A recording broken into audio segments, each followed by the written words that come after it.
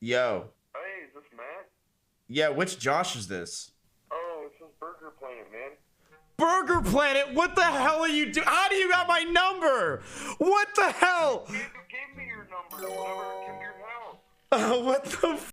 I did? Yeah, when I saw you at Darian's birthday party. Oh, okay. Alright. Burger Planet, what's up? What's up? You're not banned on Twitch, are you? No.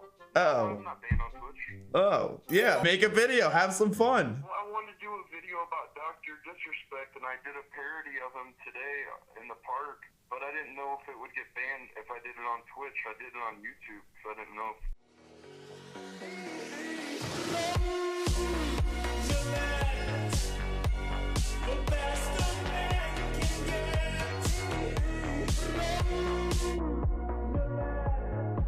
Dude, everybody at work, like the customers, they stare at me. Like if they never seen a gas mask in their eyes. Like, bro, they give me a desk, they're like...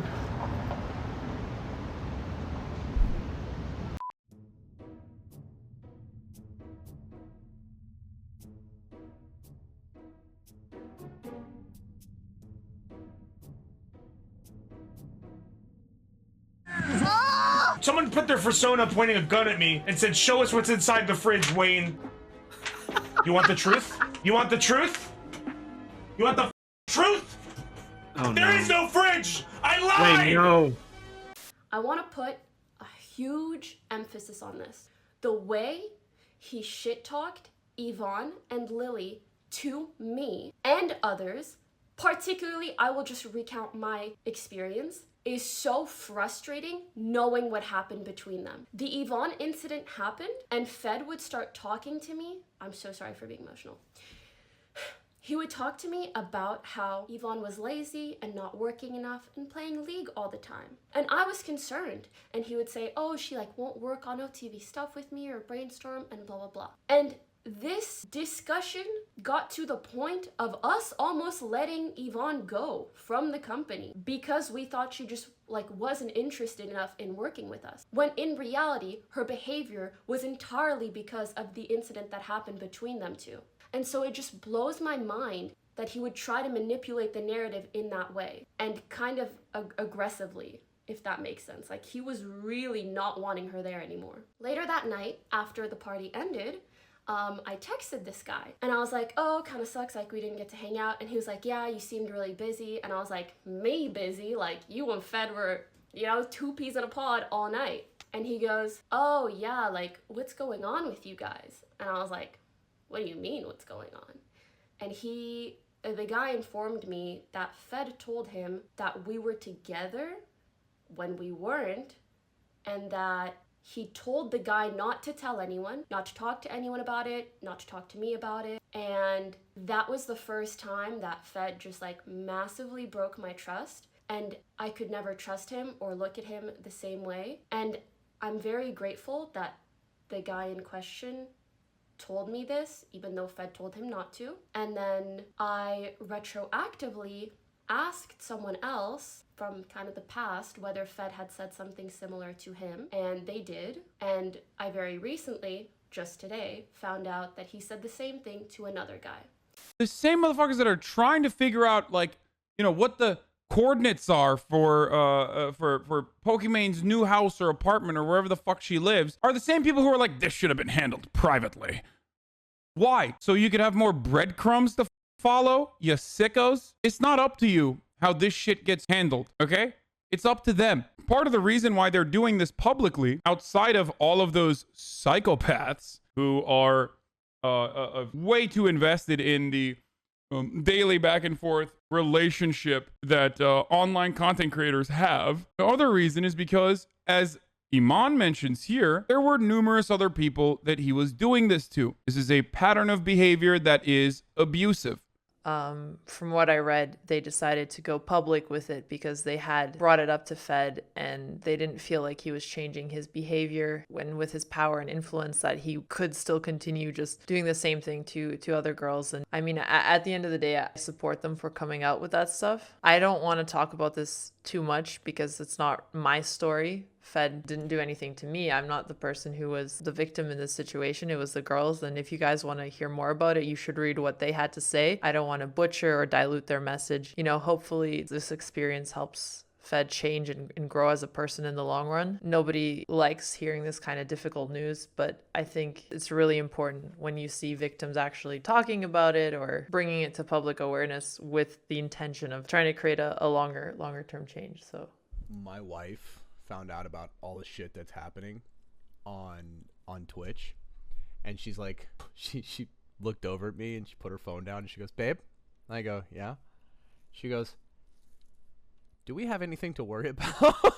And I'm like, what do you mean, do we have anything to worry about? And she's like, I was like, I've never been to TwitchCon. I've never been to a conference. I'm never alone with women. And she's like, what about in Discord? I'm like, what about in Discord? I said, have you seen the women in our Discord? I just realized, like, you know what everyone's always memeing about people in Poke's chat, like, oh, I'm a tier 3 sub, like, she's in love with me, buddy, back off, you know, like, oh, I'm her top donator, okay, she's mine. But, like, all along it was the guy in the next room over, like, holy shit, I was the worst one of them all. He was literally saying it to people IRL. That's crazy. Hi, my name is Paul Danino, otherwise known as Ice Poseidon on the internet. I'm making this video as my apology to Twitch in the hopes that somebody will listen. 3 years ago, I was banned on Twitch for enabling a very toxic community. And a toxic community that has affected the industry, myself, my friends, and other creators as a whole. And for that, I'm sorry. I've learned a lot over the past couple of years as a streamer. And with experience comes maturity. And with maturity comes a different mindset. And my mindset now is completely different to what it was 3 years ago. For the past year, I've been streaming on Mixer, and I found out after reforming my community and changing the actions that I do, I have found happiness again in streaming. Happiness that I haven't had in over 2 years. I forgot what it was like to have a supportive and positive community, and now I finally understand again.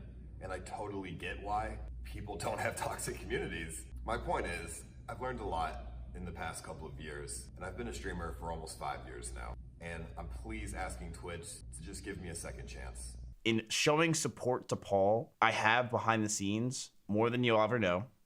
Okay. Do I wish he would get unbanned on Twitch? Of course. I like the guy a lot. I think absolutely anybody can have a bad past and reform. And I think Ice has had a terrible past, but I think through a lot of bullshit that Ice has gone through over the time, I think Ice has learned and became a completely different person. And I do think Ice deserves a second chance. And will he get that second chance? Doubt it. I think he deserves a second chance? Yes. But do I think he'll get unbanned? No. Because the question the thing becomes, what does Twitch get out of Ice being unbanned? Nothing. What do they get? Possible massive toxicity and tons of shit. From knowing him, I do believe he deserves to be unbanned. And I hope he does get unbanned. I do. Because the thing is, you can have a toxic community and make it okay. And me, Train, Greek, even Mitch are examples of people who had toxic communities that have created it into a wholesome, nice community that they have today. I think a lot of you guys are a testament that you guys can be toxic at one time and then one time be better people. And I think that Ice is an example of someone that deserves to be unbanned. I think because of the severity of what kind of went on with him on Twitch for the last year before he got banned, I personally, I'd like to think positively, like he would get another chance, and I hope he does, but I don't think Twitch is going to unban him. I think it's just too much of a risk for them of kind of bringing like that toxic onslaught back. And I think that the way Twitch is going to look at it is like, what do we have to gain? Yeah, it would be nice to give someone another shot. It would be nice of us to do that, but other than that, I don't think they care about this is the nice thing to do. You know what I mean? So, unfortunately, I don't think they're going to do it, man. I just don't. Hello. My name is Bjorn from Denmark. I had a Twitch channel many years ago. I got banned after I met a famous YouTuber and Twitch streamer called Ice Poseidon. I was streaming on Twitch for 8 years. But after I met Ice Poseidon, 14 days after, I got permanently and exclusively deleted from Twitch platform. I didn't do anything. It was my chat that was going crazy. I didn't know how toxic his community was back then. So they got me banned on Twitch. I'm not racist at all.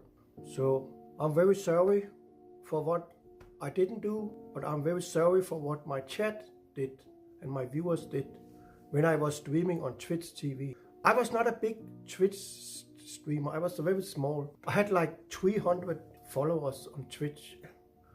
But I really want to get unbanned on Twitch again. Not only because of me, but also because if a Twitch streamer film me, they will get banned too. For example, it happened to PD Plastic. He filmed me for 10 seconds or 1 minute and he got permabanned on Twitch. It's a joke. And now my coffee is burning in the kitchen. Goodbye. Unban me, Twitch. Thank you. I hope Twitch gives you a second chance. Do you think you have a chance? I am 90% sure that there is a chance, yes. I don't really like YouTube live streaming either. The platform is, you're right, not for streaming, it's for videos. But, you know, it still works. It's something. I still think Mixer was a better platform, but, you know, Mixer's not around, so YouTube it is. I will say YouTube has the benefit of having millions and billions. Sorry you joined stream late. Did you say where you are going on the road trip? We're going to Florida to see my parents. But yeah, YouTube's got a lot of viewers on it, so that's good. What were you saying? While marinating the chicken? Did you wash your hands? No, but I used Germex. When? When did you do that? When we got in the car from the grocery store. That is so long ago. Look how many things you touched since then. Mine. Oh my god. How are you doing that? Because I genuinely enjoy mayonnaise. When I was a kid, I used to eat jars of mayonnaise, about a spoonful, for fun, like as a snack. Okay. Oh wait, no, now people are saying LOL no and why? What do you mean? Bro, listen, it's too late. Did you melt the bag? Oh, sure, the oil's hot. No! Oh man. Yeah, I don't know, dude. We have to take out the trash. Bro, I'm not a fucking garbage man. I don't know what the you do with oil, so, I mean, sticky notes will save the day. Can you guys do it on the end? Why? Too many thoughts on my mind, I can't sleep at night, so I just keep writing. I don't need no help, I don't need opinions, so don't waste my time then. I just been living online, my city don't show me no love and that's fine. Local radio stations, I got more plays than all of these rappers combined. I'm going again, I've been going in, I'm fed up with so many things. I gotta just let it all out, I'm talking about, they've been talking about.